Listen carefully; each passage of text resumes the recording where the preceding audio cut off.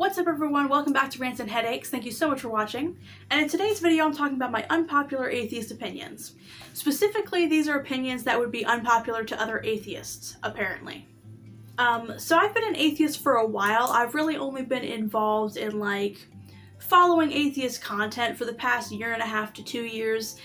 And don't get me wrong, I found a lot of content that I think was eye-opening and interesting, entertaining, all that stuff. But it's a little bit frustrating how many atheists have made atheism a religion, and that's not what it is. Atheism is simply not believing in God, and that's it. So I've been very frustrated by a lot of the things that I've been seeing. If you're leaving religion because you don't like groupthink, or you're leaving religion on moral grounds, then you shouldn't go out there and act immoral and engage in groupthink. Maybe I'm the odd one out here. Anyway, so the first one will probably be pretty obvious based on what I've already said, but number one is that I don't believe I owe the atheist community anything. Now, don't get me wrong, I do not have a huge platform. I barely have a platform at all. And if you followed me on YouTube and Twitter, you've heard me complain about my lack of success. But regardless of whether I'm a big name or not, atheists really seem to push this mentality that if you are an atheist content creator, you better have a specific message. You better be pushing these particular views. You better be advocating for atheists in these particular ways. And I'm just so not interested in that bullshit. Now, I understand that when it comes to wanting to accomplish certain things, yes, it helps when you have more people on your side, it helps when you have more people on your team, and everyone's on the same page about not only what their goals are, but how to get there. So I understand why it can become something that people are really passionate about, and I can't blame anybody for having passion about something, but at the same time, if you guys are gonna act just like a religion, come on. And that's what it feels like. It feels like going to a church where you just want to grow closer to God and read your Bible and have somewhere to worship and have a pastor to listen to, but you're being pressured into all these other things. And you've got every single church member telling you how to be a good Christian, how to be a bad Christian, what to avoid, what to do, how to talk, all this other shit that really has nothing to do with your relationship with God, with your walk of faith, any of that stuff. There are many Christians out there who are very frustrated with church who have not left the faith. That's a whole different topic. But anyways, the point is, for people who do have doubts, for people who do walk away, for people who do get frustrated, this is exactly the kind of stuff they're trying to avoid. People trying to use what they say they believe to control all of their actions. So I'm sorry, but if you're going to act just as badly as religious people, you might as well have never left religion. You might as well go be a religion. The next one, all religious references should not be eradicated from public spaces. So when I say religious references, this can be all kinds of different things, but specifically a lot of atheists like to argue that things like "In God We Trust" should not be something displayed in courthouses. The Ten Commandments should not be displayed in front of a courthouse. "In God We Trust" should not be on our money. Those kinds of things. I would argue that those things are part of the culture, and whether you like it or not, Christianity has been the biggest religion in this country. Okay, that's just how it is. That's just how it is. And I do also view those things as part of our history. Now, when it comes to money, people will push back and say that, oh, it was part of the evangelical changes that took place in the 1950s, and they were doing these things as just kind of a show to make people feel a revival in America of Christianity. Okay, now, if you look into the details, yes, there was this push in, I want to say it was like 54, 56, somewhere around there, where this stuff was added to money. It actually was not there before. I'm not too familiar with different kinds of money throughout America's history, so I'm actually not sure what was on money before, but there was this big push in the mid-50s to get this onto monch. But here's the problem with bringing that up. Okay, just because it happened in the 1950s then does not make it not part of American history. In fact, that very much does make it part of American history. So I don't know how you're debunking this view that it's part of American history. Unless you're trying to argue that only things that were there in 1776 and forward were part of American history. Like, that doesn't make any sense to me. Why are you bringing that up? I don't think it's a bad thing for those things to remain. I don't think they need to necessarily go away. Now, should other religious views be displayed just as publicly? Sure, that would be great. I don't have a single problem with that. But Christianity has dominated in the States for a very, very long time. And I don't think it's wrong for that to be reflected in the culture. You see that happen in just about any other country, and people don't really bitch about it, for the most part.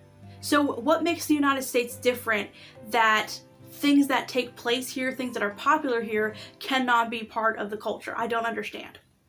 If I were to take over an Islamic country, not going to happen, but if I were going to take over an Islamic country, for example, would I try to make the country much more free and equitable? Absolutely. Those would be prime goals. But I would not try to eliminate anything relating to Islam or the Quran, because it just wouldn't make sense. It just wouldn't make sense. It's very much part of the culture, and that's just how it is. I don't know. I guess when I pick up money, I don't feel like I'm being evangelized to. I feel like I have money. That's a good feeling. To me, that's not a message being pushed on me.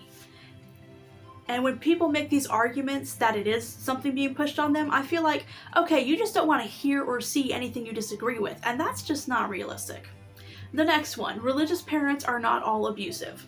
So a lot of atheists basically argue that even if you're not talking about religious extremists, if you're just talking about everyday religious parents, they're still being abusive to their kids because they are raising their kids with religion. And a lot of atheists who have left a religion talk about religious trauma. And I get it. I get feeling like you've been lied to and tricked and played. It really is psychological manipulation that I think does have serious impact on people. But raising your kids within your faith is ultimately just teaching your kids what you believe to be the truth. That's honesty to me. Obviously, intentions are not the only thing that matters. But I have seen some atheists try to argue that anyone who raises their child in a religious home is automatically being abusive just because they're raising their kids with religion, and I just have to disagree with that. When it comes to kids specifically, I think people are trying to be protective, and I understand that. So I do think that it, in a way, comes from a good place when people try to make these arguments. But I just don't think it's the way we should be talking these things. It's not abusive to raise your kids with religion. Obviously, it can backfire. Obviously, it can be harmful. Obviously, I think there are a lot of very harmful messages within religion. But I'm not going to use that as an excuse to make these blanket statements about parents being awful if they happen to be religious. The next one, this is a big one. Religious expression doesn't hurt you, okay? I don't have a problem with safe spaces in certain contexts. But if you go through life expecting everyone around you to feel obligated to provide a safe space for you so that you never have to hear anything you don't want to hear, that's a you problem. That is not an everybody else problem, that is a you problem. The idea that other people shouldn't be able to express their views because it offends you is just really weird to me. You still have the right to say what you believe. You still have the right to criticize. You still have the right to fire back, to debate, to offer a rebuttal, whatever. Or you have a right to just not listen. I just think it's really disappointing when atheists go through life just being offended at any religious expression. That's just very bizarre to me. Now, if you just become an atheist and you're kind of in what I call the angry stage, okay, I can cut you some slack. It's a little understandable at that point. But you should get to a point where you are comfortable with being an atheist. And if you're not comfortable with being an atheist, then maybe you have some unanswered questions. Maybe you're not really an atheist. But whatever the case may be, it's not everyone else's job to accommodate you. No one has done anything bad to you if they're sitting there reading a Bible. No one has done anything bad to you if they're singing worship songs. No one has done anything bad to you if you see them praying. It's not that serious. Now, when it comes to any situation where a specific religious view is being pushed, that's a little bit different.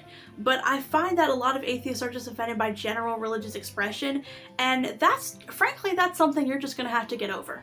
Okay, you're not the only person who has rights. You're not the only person who matters.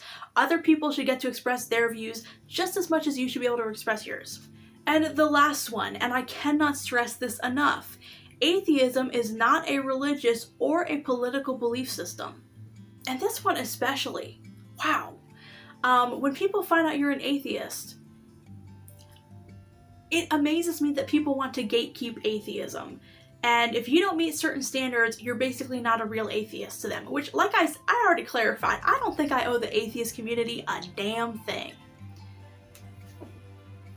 So if I don't meet your standards, I don't really care. I am still by definition an atheist, whether I have your approval or not. I don't believe in God. That's literally the standard. I meet it.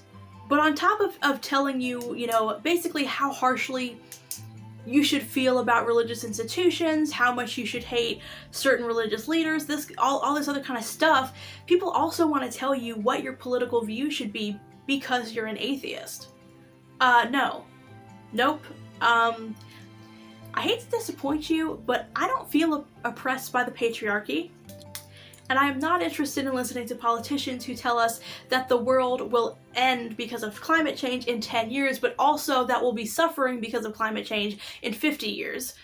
And worst of all, I don't believe that the United States of America is the worst country to have ever existed. I know. I'm a terrible atheist, just awful. But regardless of what my reasons are for saying any of these things, they're my reasons. And that's what being a skeptic is about. That's what thinking for yourself is about. That's what rejecting groupthink is about. What I choose to believe is about what I choose to put thought into and how I make my own decisions. It's not about following a group and going, oh, I hope I meet their standards. I don't really care if I meet your standards, to be frank. So I like other atheists. I like connecting with other atheists, but a lot of people think it's their job to gatekeep atheism, and I'm kind of over it. So anyways, those are my unpopular atheist opinions. Thank you for watching. That's all I have for this video. If you enjoyed this video, half this video, or even just a quarter of this video, please hit the like button, and don't be afraid to subscribe.